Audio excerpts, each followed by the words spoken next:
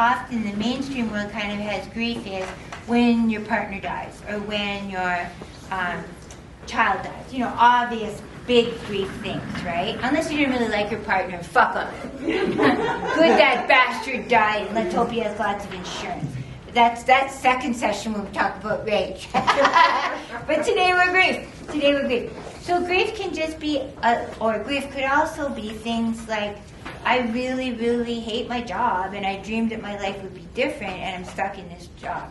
So grief can be the more mundane, chronic, kind of average things, let's say, that we have to encounter.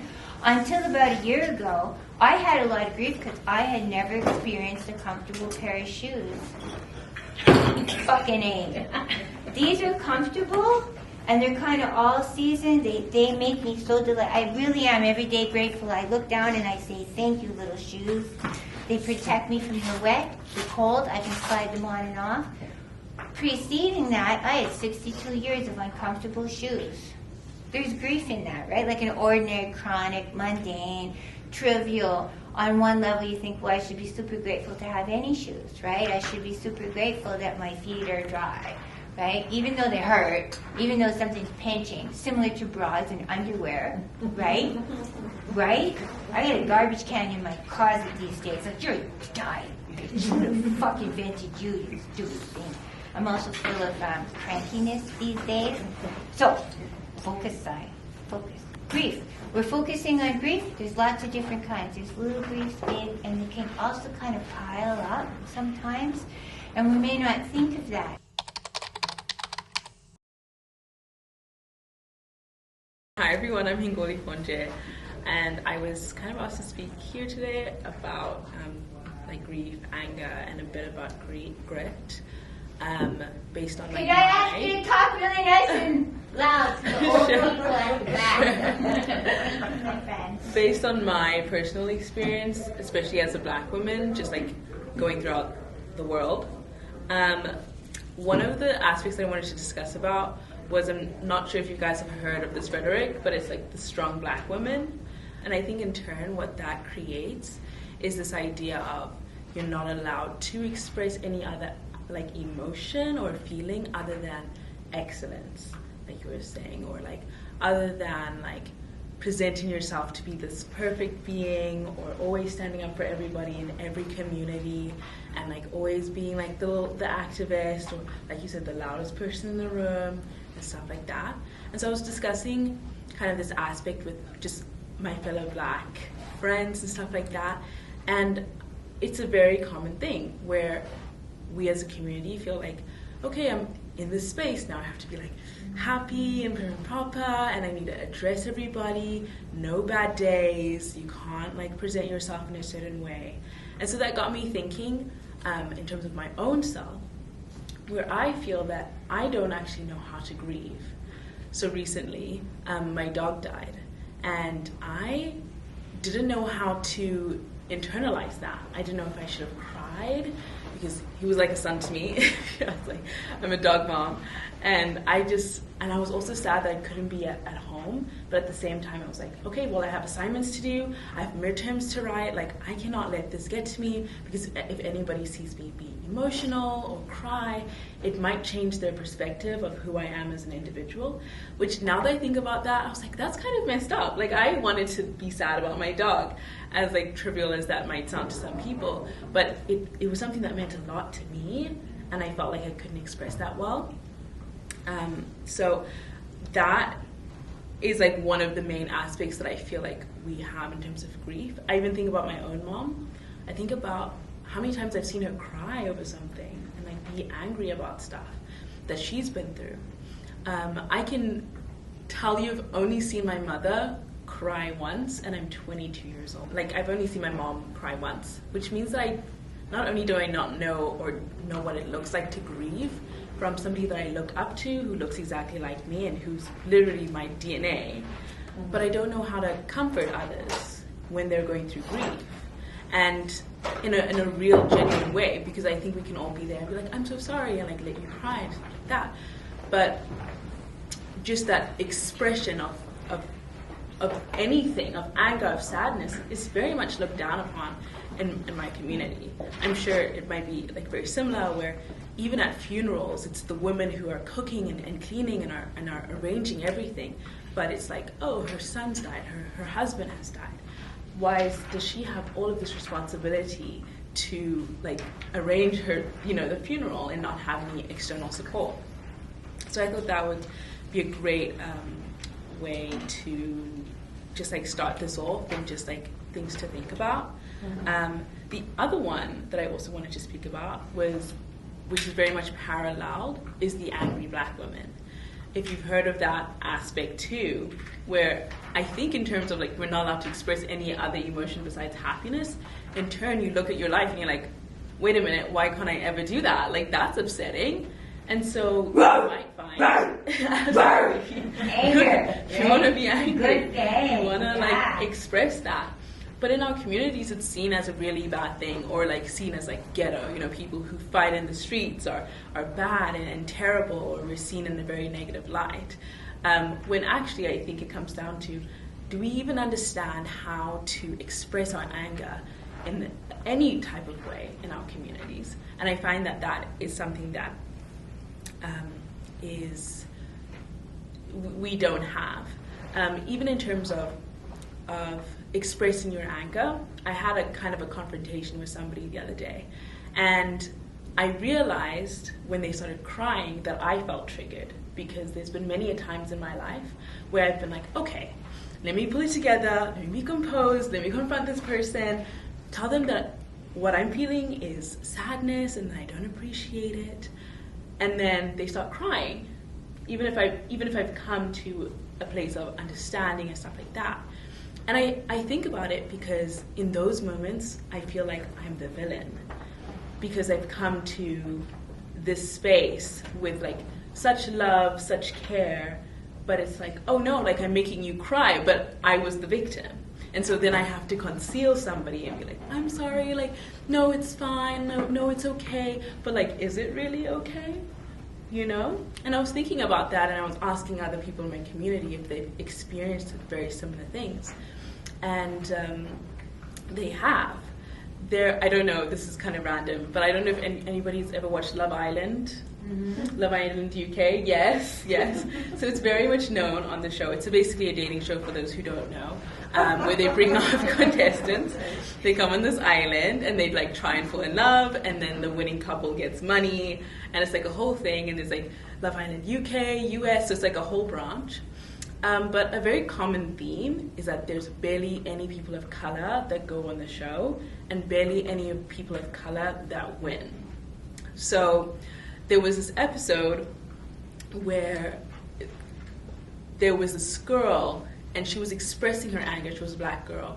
And usually, which was uncommon, there were two black girls there at the same time. That is very uncommon.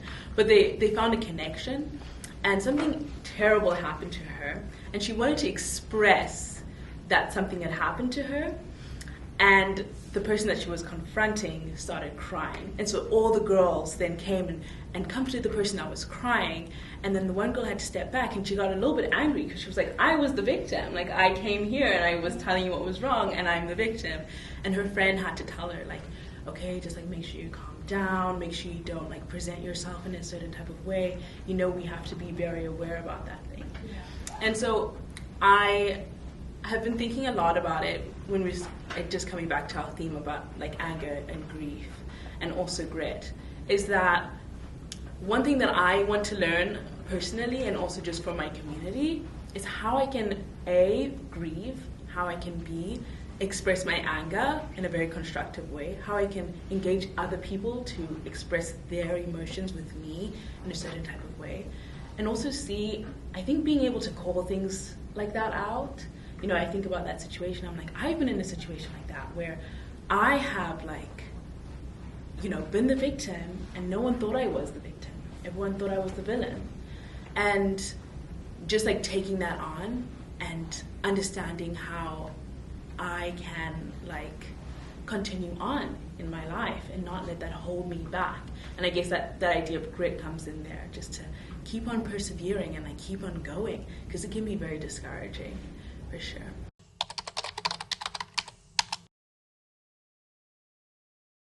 stop serving that food because you're giving abandoned in the world when something's from wage in this country or so on, right? So always asking, I did not say. I'm younger than her. You're younger than her. You're the oldest, so the oldest will go first. They were even my mom, who's my maternal grandmother. Yeah. And Valentine's was a couple days ago, so this worked out.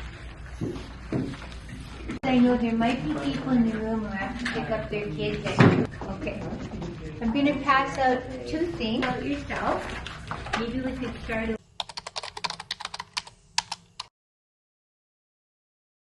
As some of you know, my name is Tanvi. My pronouns are she and her, and I am the ED for the Northern Women's Center. The thing about grief is that it's so funny because sometimes you feel that you are past something, like it doesn't bother you anymore. And it's a thing that had happened a long time ago. And then one day you wake up and you realize you are exactly where you started with grief. And the thing that I grieve most about is my health.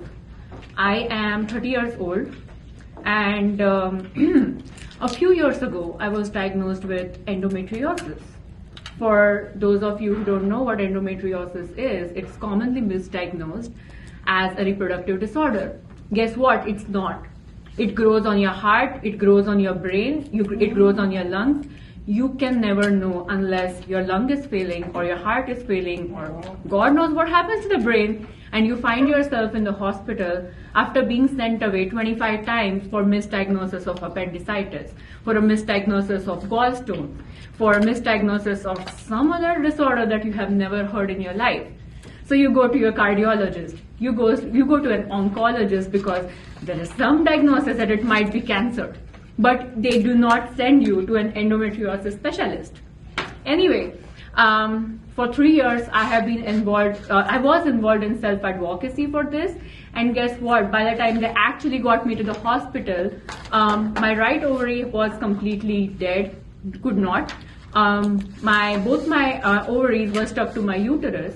My uterus now is inhostile, and I have like massive pains every time I bleed. So I cannot have periods every month, so I'm allowed to have periods only once in 4 months.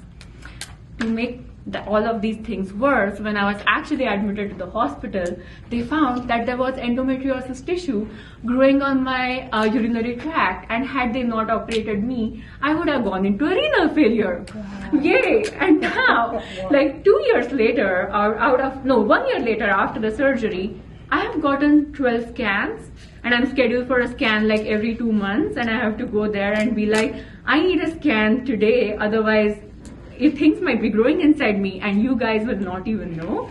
I have to get blood tests every 6 months because endometriosis brings its friends. Like I have hypothyroidism, and one of the things that is right now happening for me is that my hair falls out in clumps every time I put a brush through it, and I can't do anything about it because endometriosis and because misdiagnosis. And I'm so like grieving about the fact and angry about the fact that for a lot of people, even in this time in 2024, women's healthcare is a joke. So I'm Ashley, endometriosis. I'm a solo parent of 3 children and a full-time university student, which is a bit of a shit show.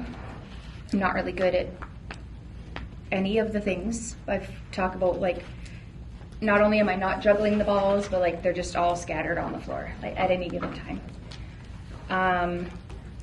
I grew up in Prince George, was very close to my grandmother.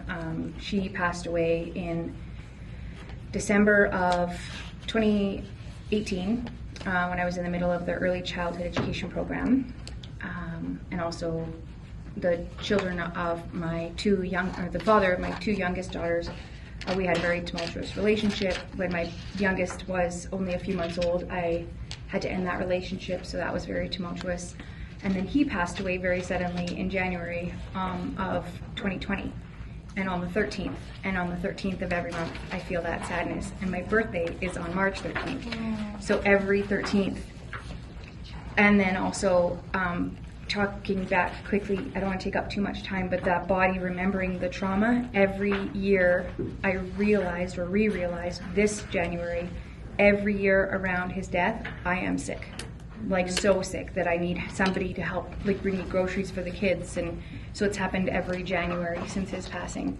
And so I've actually written a note in my planner for me next December to like prepare myself that this is going to. So there's lots of, and because we didn't have a great relationship and he wasn't kind to my oldest, but then he was different from my youngest, like there's lots of, it's very complex grief.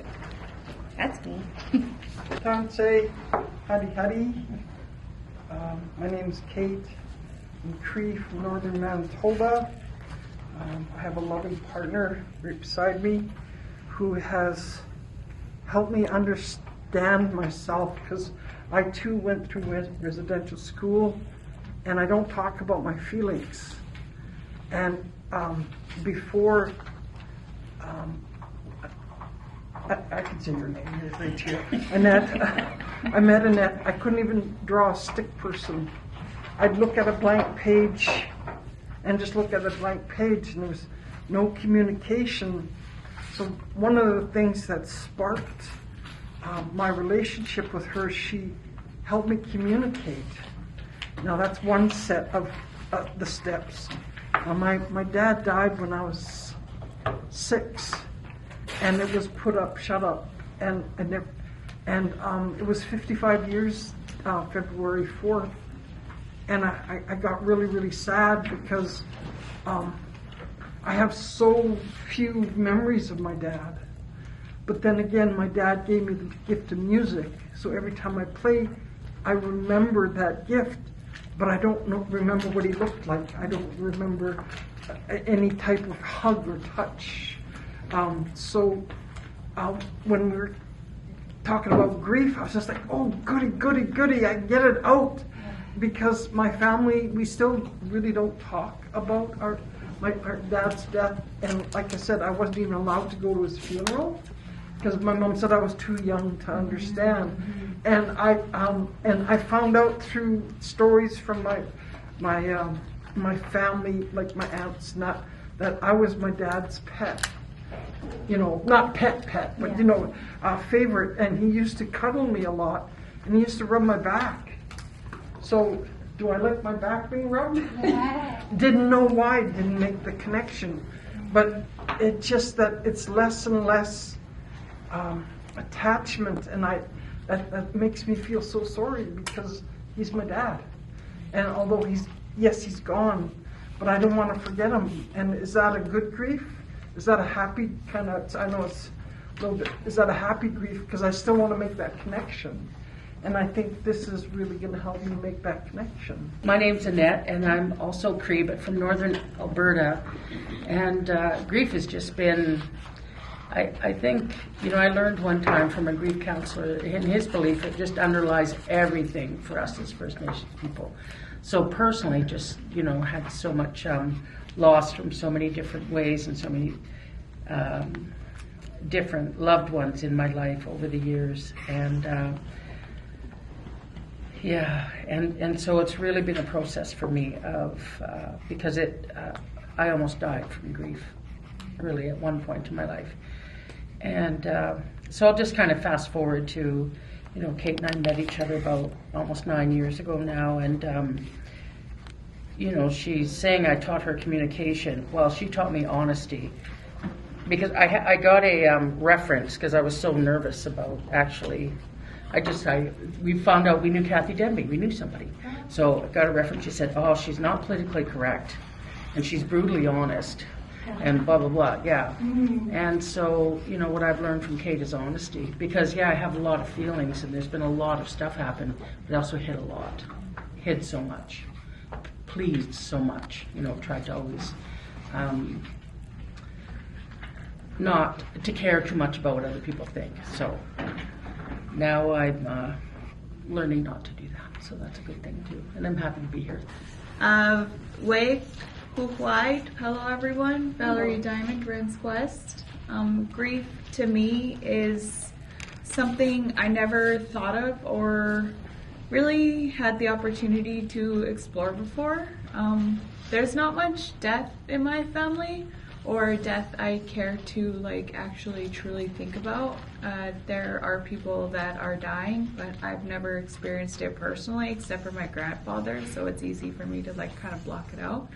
The two most recent deaths were of my cat and my dog, and I get the feeling like they kind of died horribly, and that was due to the responsibility and negligent care of me as a pet owner, but also of my family who have this who seem to have this practice of maybe not being the best animal owners. Like my first dog, he we moved out. My grandfather wouldn't feed them because we weren't there to feed them, so they slaughtered a calf and then they shot them, and it just makes me think, I guess I grieve the fact that I wasn't exactly the best pet owner, and that sits on me, and I sit on that. Even though I feel like my dog forgave me already, I continue to use it as an opportunity to open wounds, to not confront the real situations in life. And I guess I grieve that there's no like available like opportunities for easy access to healthcare for my grandmother. Like her pain, she has a new pain in her arm, and she doesn't want to go to the doctor for it, and she's so afraid, and everyone is so like fucking mad. Like, they don't care about her, they don't know how to care, or fucking some sort of stupid bullshit like that, and like she's suffering in front of them and no one's doing a thing, and I still won't get my license, and I love her so much. And it's like, I grieve that I'm too much of a coward to step up and to like truly like honestly like take action so that I can help them. That I keep falling in, I guess I grieve the fact that I keep falling into a cycle that once again stops me from doing anything. I think you've exited that cycle by coming here. My name is Ali. I just started at UNBC this semester, and I'm in the accounting program. Do we have an accounting program? Yeah. You're the first person ever. So we did that. Yeah. You want to make a lot of money and give us some? I hope to. You heard it here first. I have a couple of things that I grieve. I was born to a survivor of residential schools and an individual, a child who was removed from her family during the 60s scoop, and a lot of that affected me as a younger person and instilled a whole bunch of like non-confidence as a child and as a younger person. Most of that I'm through. There's just parts that I don't talk to anybody about really. 2 years ago I was officially diagnosed as ADHD, which was amazing, but also like very frustrating and very very sad to understand that a lot of the reasons why I thought stuff was wrong with me, or that I just like wasn't okay or wasn't like full or whole, can really just be explained by the fact that I had needs that weren't accommodated, and I'm better for it now and learning lots of ways that I can like accommodate myself and take care of my brain that just works differently from other people's. Yeah, so that's neat. That kind of speaks to the same point of like realizing that I'm not the person that I thought I was, and it's almost for the better though, because it's like I thought I was, you know, rather intelligent person, very capable person, but just fall short all the time. And that's just for reasons that now I know how to take care of. And so it's like giving me hope. Come on. Come on, come on, come on.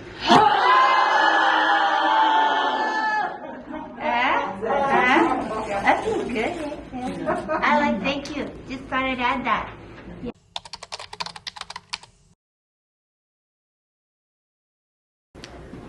I think I already said that anger is quite vulnerable for all of us. For me, especially because it's never discussed at my home. It's like when something happens and you are angry, you're not supposed to be angry. I come from a Middle Eastern background, and I feel women there, all of them are angry. And not because they failed at something, it's because the society put them in a position that need to be angry. They are robbed from dreams, from following a specific career, from having like 5 kids or 4. There is nothing of their life, their wish, their opinion. So I feel this angry, whatever I'm having right now, is not totally mine. It's my mom too. Part of it is my grandmother, and. It's like, and endless. It's like generational.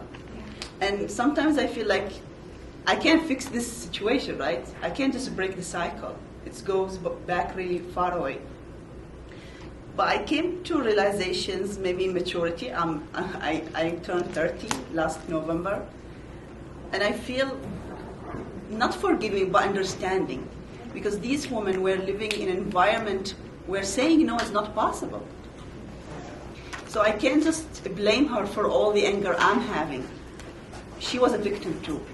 She was angry teenager. She was angry a college student. She was angry as a mother. Maybe she was angry when she was pregnant with me, right? And all this anger directed toward us, the children. And I can't break that. I can't change that, but I can redirect this anger. I've been angry for a long time. Now I feel I'm different, to be honest, because I start talking about it. Before it was kind of not allowed. Like, how you could complain about your mom? This is your mom, the one who raised you, you know? Middle Eastern background and communities, they worship mothers. They even say heaven is under their feet. So you can't. She's the person who raised you. You can't just put a finger on her and say she was not there to protect me. She was not there to stop the abuser, you know? But like at the time, I let go of this. It's my time to live. I'm not going to be her. And I can't discuss with her what she chose for her life, right? She chose that for her. She was an adult. And I understand the circumstances are different, but I can't stay. I don't want to pass this to my girl one day, right? So I feel the only way to do that is talking about it. I've been going to a counselor, and I think it's changing. I've never done it in my country. I've never done it even in the countries that I lived there. I was always against this idea. I was like, how can he help me with 1 word, you know? Like 10 words really change someone? But they actually do. Like, I've been talking to him, and he made me feel better. Like, it wasn't my fault. I was a victim. And for that anger to be redirected, I need to be productive. And I'm doing that now in my life. I'm changing. I am really active on social media, and my page is mostly toward women, and I feel what I'm doing is changing. It might not change their destiny, because I can't control the environment there, but I can raise their awareness, because a lot of the problem we had as angry teenagers is that we couldn't say no ourselves, because we didn't know there's a no. No is not in the dictionary. So I feel like now it's time for them to know it is possible, to say no. It is possible to face the abuser. In our communities, I feel abuse is normalized. Like if you say something happens, say, so I've had this done to me. Like you don't even have the time allowed to talk about it. Like so you would like, okay, then I'm not going to talk about it. But this kind of words and emotions are not going anywhere. They are going inwards, right? You're having it into your heart. I feel it's more of a stomach feeling, that you want to throw up, This is the feeling, I've been feeling it since I was a teenager. Like, I want to talk about it. Like, what has been done to me is not right, and I need to talk about it. But you're not allowed, right? So I feel these posts that I made on social media, I feel they are powerful. I feel it is my anger. Now, you need to know about your truth, that you can change your destiny. You can be someone different. You can talk about it. And this is the whole thing, I feel, talking about it. Because it's like, there is this big label, you need to be a good girl. Like, if you're angry, you're not supposed to be yelling. You're not supposed even to cry. You shouldn't. You are a woman, and women need to be like a flower, something like smooth, like spring. You can't be like rainy and stormy. You are not allowed to do that. And this is not really the reality. I know a lot of women are angry. They are not happy with their life. And if you give them, I think, the microphone, they might scream because it's all inside. It's like it need to go, like set it off like a bomb.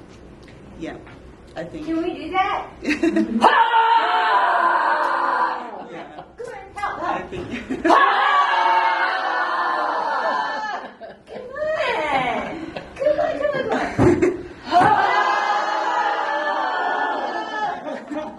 Exactly. I feel good. I feel if we want to move on as women, we need to redirect anger. I've had it for so long inside of me, it's affect everything. I feel like anger is the base for all other emotions, like tears, regret, whatever you can tell, right? It ruined the day. So I think I've made a lot of progress because back in the days when I get angry, that's it, the day's over. Yeah. Like I can't eat, I can't watch TV. I will just sit and remember whatever happened like 100 years ago. And ruminate. Exactly, ruminate, and ruminate. it makes me more and more angry, and sometimes you redirect it on the wrong person. Yeah. So I feel now I am better because like when I feel angry, I resolve it at the moment. Yeah. I feel like why it happened, what went wrong, and I need to work on it. And I think a lot of women don't know that. At least in Middle East, I feel they think like when you are angry, it's okay to yell at your children, or if you had a fight with your husband, they don't resolve it. Like they just, let's buy some food and forget about it. Like I feel, no one talk about the problem. So she keep it inside of her. I think like there's no talking at all. Talking is only for communication, like we go trip or something. But when it comes to anger and issues and conflict, this is your own problem. Take it with you whenever you're gonna grow up, and to your own children. And this is wrong. Women need to be acknowledged that it's okay, you can talk.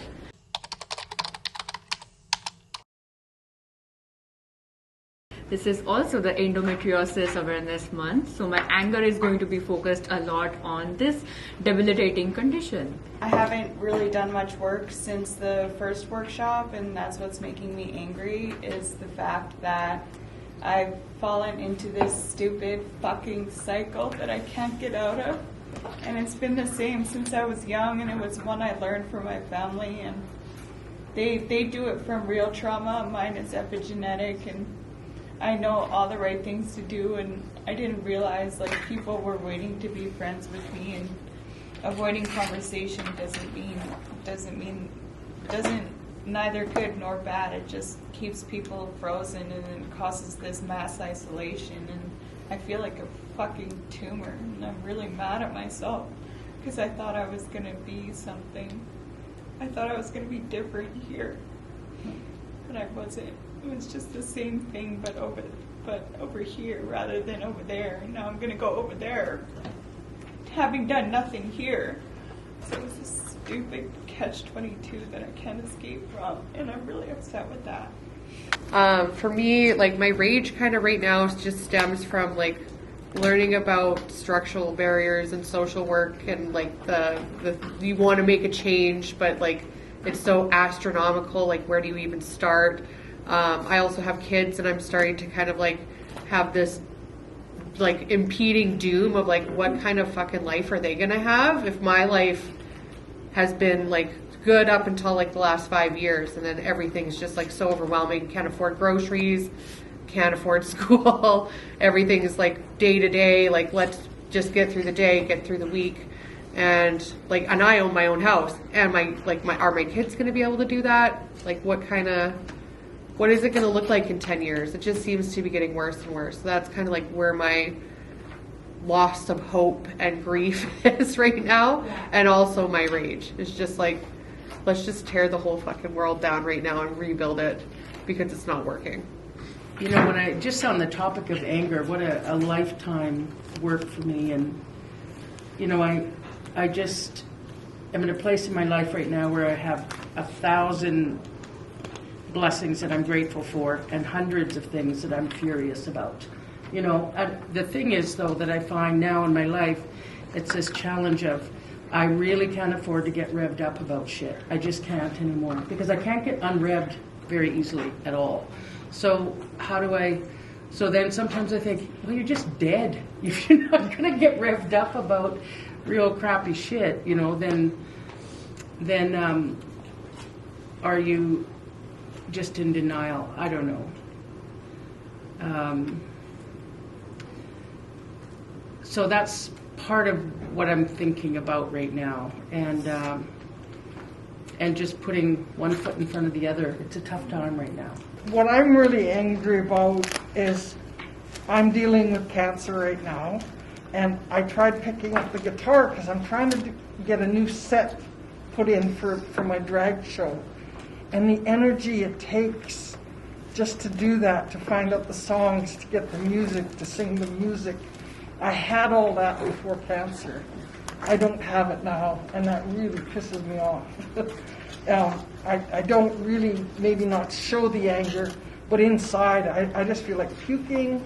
I'm a little bit hard on myself, but I know it's the cancer because that's not the way I think. Yes. And I've got a really good mother. She wasn't as good when I was younger, but she helps me pull through a few things. Mm-hmm. So loss of energy, loss of imagination, loss of music, creativity is just eating at my core. So don't know what to do about it. I thought, well, we're dealing with it here. I'll do something here, you know. And thank you, because I couldn't even put a stick person on a page before. Now, I didn't do anything except theorize my shit meter that I'm making, because it's going to be a shit meter. The shit thing that we did last week, or last time. So just a lot of thinking, but just no energy to really do anything. I just sit on the couch and I just like, oh. I'm angry about a lot right now. Next week is my 39th birthday, and that is the last birthday that my children's dad had before he passed suddenly. I'm angry that I'm possibly getting evicted from the home I've lived for 9 years because it will be being sold, and now I have to find a way to pay more than double because I'm a solo parent of 3 kids and a full-time student. And there's this universe right now is not built for me to be able to do that. So I don't know if I'm going to be able to find a home that's big enough. And people say, well, like, oh, well, you know, try this, or maybe you'll have to downsize your vehicle, or maybe you'll have to, you know, get rid of your pets. And I'm like, you can go fuck yourself, because my dog came 9 days after my children's dad died. So that's a non-negotiable. Like, just stop trying to help. It's stupid. And I'm also angry that I feel like my life is always in chaos. I've always got something. And it feels embarrassing, and I'm fucking sick of it. I feel like I've always got something. I can never just be like, how are you? I'm actually okay today. Like, there's always something. And I'm so tired, and I'm terrified, and I'm angry.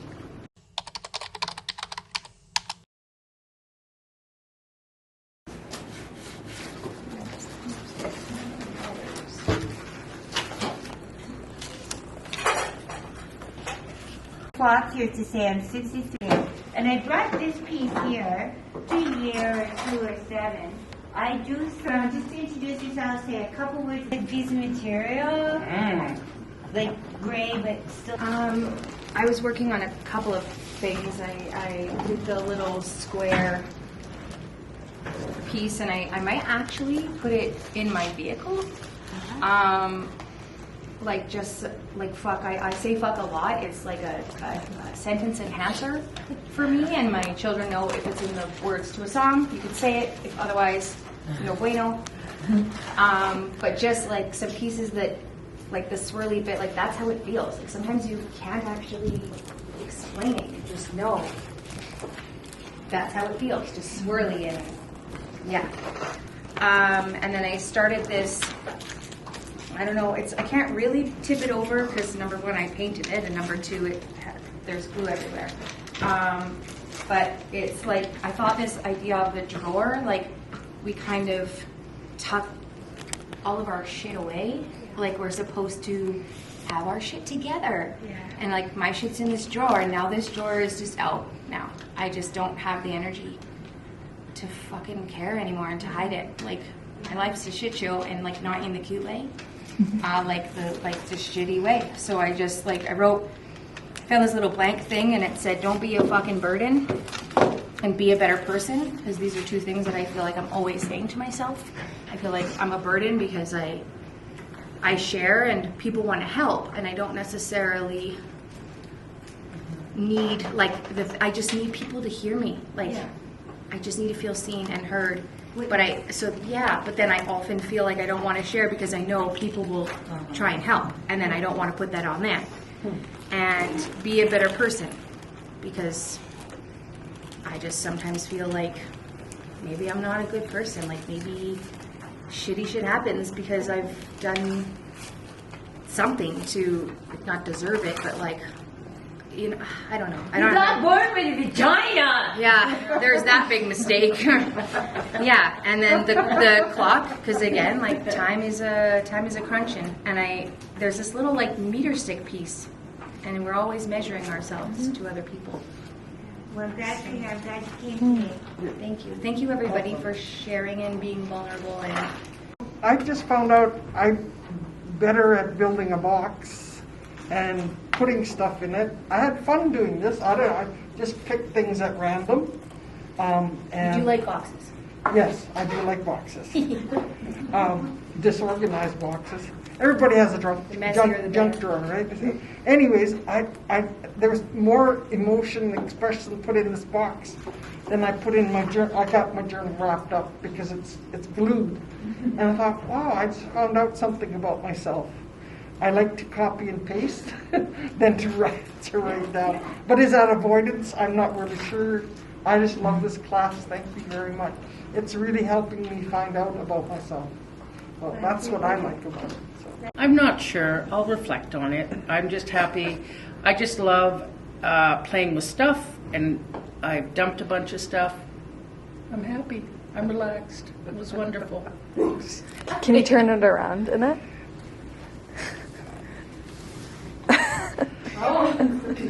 Wow. it's awesome. Very nice.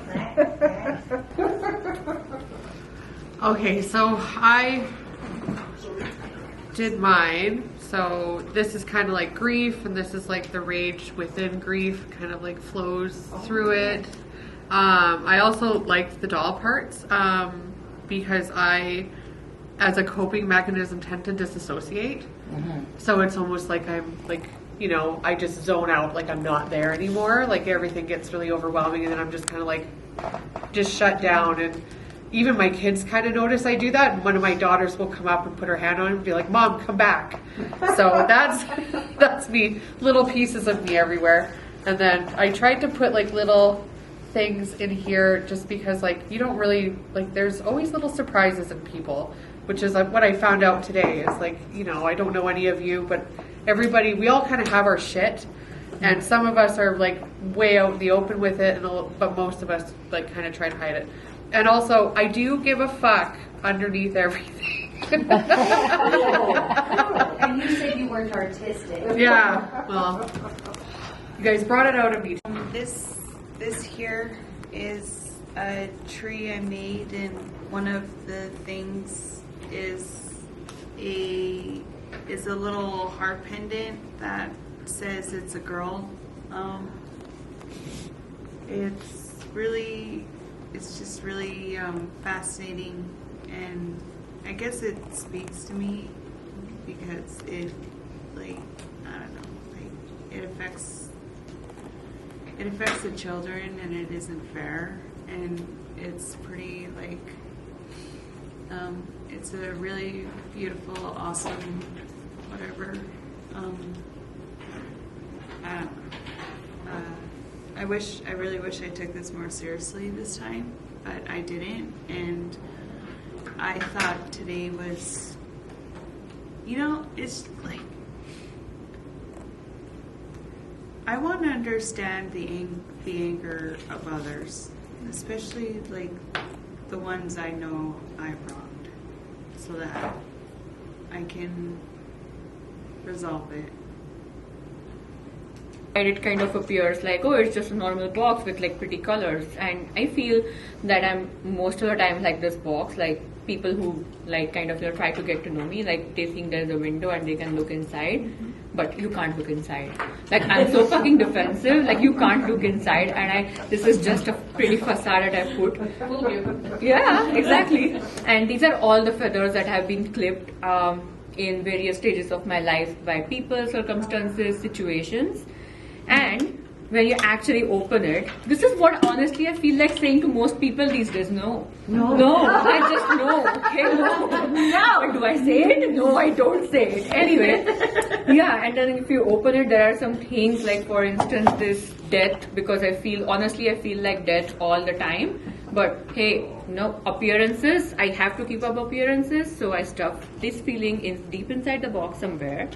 What you also find is that this crystal ball, and I feel as if I'm so concerned about my future all the fucking time that I forget to live in the present. So that goes into my box. So this is kind of like what inside me, like those deep-rooted issues inside me that don't really come out, and only privileged few people get to see what's actually inside the box.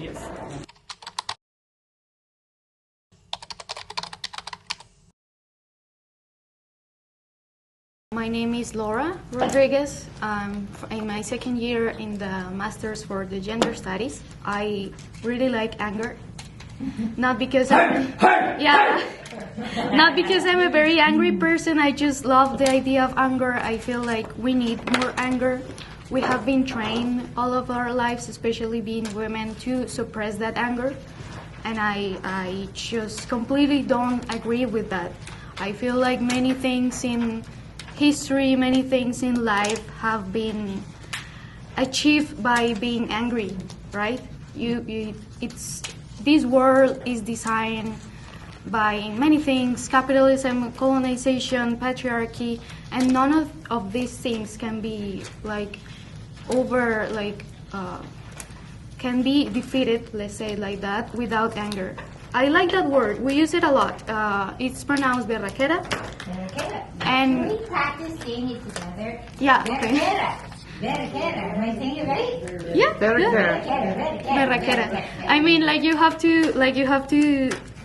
It works actually better if you say it with anger. Berraquera. You have to say it like that. It has to be like a strong word, because it means a lot of strong things. So I looked for that word in Google, of course, and I found a lot of meanings, and I wanted to read them to you. It completes a very beautiful metaphor about what grit and resilience and determination means. So the first meaning that is for the word is the one that I told you. When someone is very strong, is very forward thinking, they are very good at handling things that are not usually easy to handle. So for example, back home I hear it a lot when you're talking about a strong woman. So for example, if you see or if you have a family member or someone that is a single mom, and you see them walking outside in the streets with 2 or 3 kids, just trying to get through life with all of that heaviness and responsibility, you will usually look at that woman, look at that person, and said, oh, that woman is very, very berraca. She's berraquita, yeah, right? So she is very strong. She is very strong-willed. And another meaning that I found is that when you're very drunk, when you have consumed a lot of alcohol, and you start you can walk straight line, you start stumbling upon many things, and you cannot control your body. So I feel that it's very funny, because when you're trying to be strong and confront a situation, you stumble a lot. It's and you feel confused. It's not you have the solution in your head. It's confusing, and you feel I don't know what I'm doing right now. I can't control my body. So Another meaning is being angry, is being like in a bad mood, like I'm berraco, I cannot deal with this right now, like yikes, don't get away from me, like the phrase that we were talking about before. And there's another meaning, which is being very horny. Being what? Very horny. Horny? Horny, yeah. Oh, wow, look at that. Yeah. Passionate. Yeah, passionate, like, yeah. So I have very strong sexual desire right now. That's another meaning of the word. Potent. Yeah, yeah.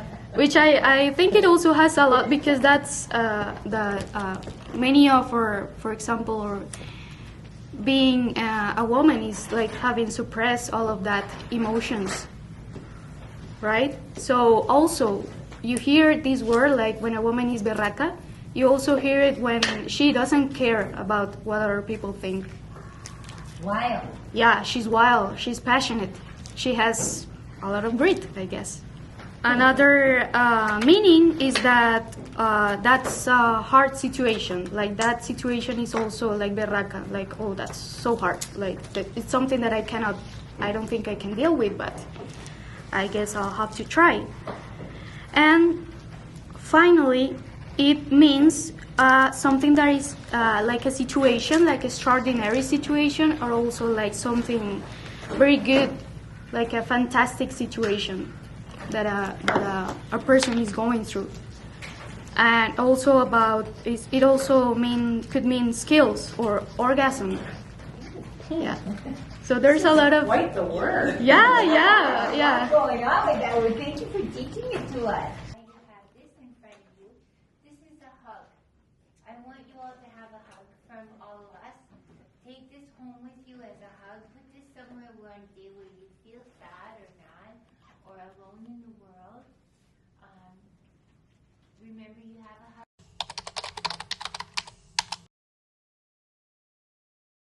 Could you each talk a little bit about your art piece? So either what it felt like making it, or what you might want to do with it in the future, or what you might wish to do with some art piece or experience. So we have, if you remember, this is my year of school, and I made in this mostly fun. So this is my school piece, and I'll probably work on this for days or weeks in the future. And I was saying that some of them will really change over the weeks or years in the future. Although we're using that multimedia idea there, it can be any group and have grit and resilience and continue it. Sometimes resistance for me looks like scrolling through my Instagram so I can look at my dog pictures, because my dog rescued me, honestly. So I look at my dog's pictures. Sometimes I think about, so I'll be meeting my dog in a few days. So I think about a time when I'll be meeting him, and my dog is a golden retriever and he has this glorious tail, and I was just showing Sai how I used to braid his tail hair. And on some day I'll put like flowers and little pretty things in it and take pictures and send it to all of you. But just like thinking about my dog gives me such happiness. And so this is the journal that I have been working on. It's like he really helps me navigate my life. And he loves belly rubs. So there is a dog which is upside down right here. His name is Sky. And he is like my Sky. He has endless and selfless love for me and any human that he meets, really. There's a sticker of dog eating an ice cream. He loves ice cream, and we make coconut milk ice cream for him with some fresh strawberries because those are his favorite. So that happens. And and he's kind of like in my entire universe, Like Sky to me means joy, and he is my entire universe. And one day, hopefully, I have enough funds to get him here with me, because right now he's not there with me. He's still loved by my family, and my mother absolutely adores him, but he's my dog and I would like to get him here. So most of the days I spend working on this piece over here for Sky, and that's how I find a little bit of resilience and a little bit of grit to get through this shitty life that I live. So that's my piece. So, last June, beginning of July, we found out that my person, my partner, my spouse, had cancer. And we're pretty reassured right away. Oh, just a simple surgery and just a little radiation. Everything will be good in the fall. And here we are, still have a ways to go for sure. And radiation to follow. And so I just found myself, doing the best I could to support her in the way she wanted, because I can tend to be a very pushy woman. Just support her, be there for her. And over time, I was just finding, I think, even as I think about it more or begin to talk about it, I was just really starting to fall into that place where I was at when my grandson died. And he was sick for about 1.5 years. And, and I wasn't talking to my spouse about that because that's not hers, that's mine. And I, need to work that out however I need to work it out. But in starting to, and recognizing that and talking to her the other day, telling her, well, I've been really stressed. And now I just feel, often I just feel like this head. Everything else isn't really there. And I feel stressed. Well, what are you stressed about? No, that's because she lives a life where she's very positive and things are very good, even while she's struggling. But for me, it's stressful. So I think that's mainly what this is about. It's about feeling disconnected, getting drugged back to that time before, and being worried about my spouse, being worried about me losing her. Because, I'm there for her. We're present, doing what needs to be done, but that's it. If I'm being honest, I have the amazing, wonderful skill of waiting until the night before to work on anything. So my first time reading the audiobook Grit by, I believe, Angela Duckworth was really phenomenal and important because her research is based on it was just something I connected to, and it helped me understand what I was where I could in which direction I decided to follow in regards to grit, and it is something I have to restart on. And when I was doing the tasks here of just cutting with craft scissors and around these really wonderful words with a group of people rather than alone all the time, it felt pretty nice, and it was able to turn my mind off and take a little bit of a headache away. And then I seen a picture of myself, and it just brought all of these horribly negative emotions and energies into my body. And I couldn't even look at the journal, and I couldn't open my bag, and it hurt me so much because of the hurt I know I've been doing to others. And then it just does this amazing, wonderful spiral of here's everything that's wrong with me. And I would like to utilize this more with being able to separate spheres of truth, and because there's me, and then there's what's going on in the world, and I would like to be able to have a healthy connection. And I never really quite understood art. I didn't know I could draw and use stickers and play with these little things that I figured were useless or didn't serve me in any way. The hand, it's funny, we've kind of, I'll talk about that one after, but the hand, I looked at it I saw, oh, nuts. In your book, there's this sticker that says, please fuck off, and also fuck off some more. And One of my most favorite. I was I love that so much. And like the stop bugging me and the yikes get away from me. And then like this hand, like somebody's always needing something from me. My mother is, needs me to imagine that she's this great mother and I should be appreciative of all of her bullshit. But like the children are like, I'm like some kind of need, physical, emotional. So I like pictured of this hand of like reaching up and always trying to take something, and then this page is just like, no, fuck off. And I also like, that is exactly how I would say it, is like, please fuck off, and also fuck off some more. Like that's very much how I talk in my real life. Like, so I saw that and I was like, that is so glorious. And then the Viticetta, and like I've come to like hate the word resilient. People, for as like I went through lots of shit when I was younger, and then being a single parent most of my parenting career, like, oh, you're so resilient. And it's gotten to the point where I just fucking hate that word. Like, it rubs me the wrong way, and I don't like saying it about other people because nobody should have to be resilient. It's a choice to keep pushing forward, like with so many things. Like it's a lot of work, and it's not like some of us are born with resiliency and some aren't, and like, oh yay us. Like, no, it's a lot of fucking work. So then what I started doing with some of the other stuff is this Yesterday is Heavy, Put It Down that you put out. And like this is like the broken pieces, and like it's always cracked or fractured, and it makes me think, I don't know the Japanese culture where they like fix the broken things with gold. And it made me think of that, like grit to me is that. Like you can choose to be broken and be a mess on the floor like my mother, or I can choose to do better for me and for my kids. And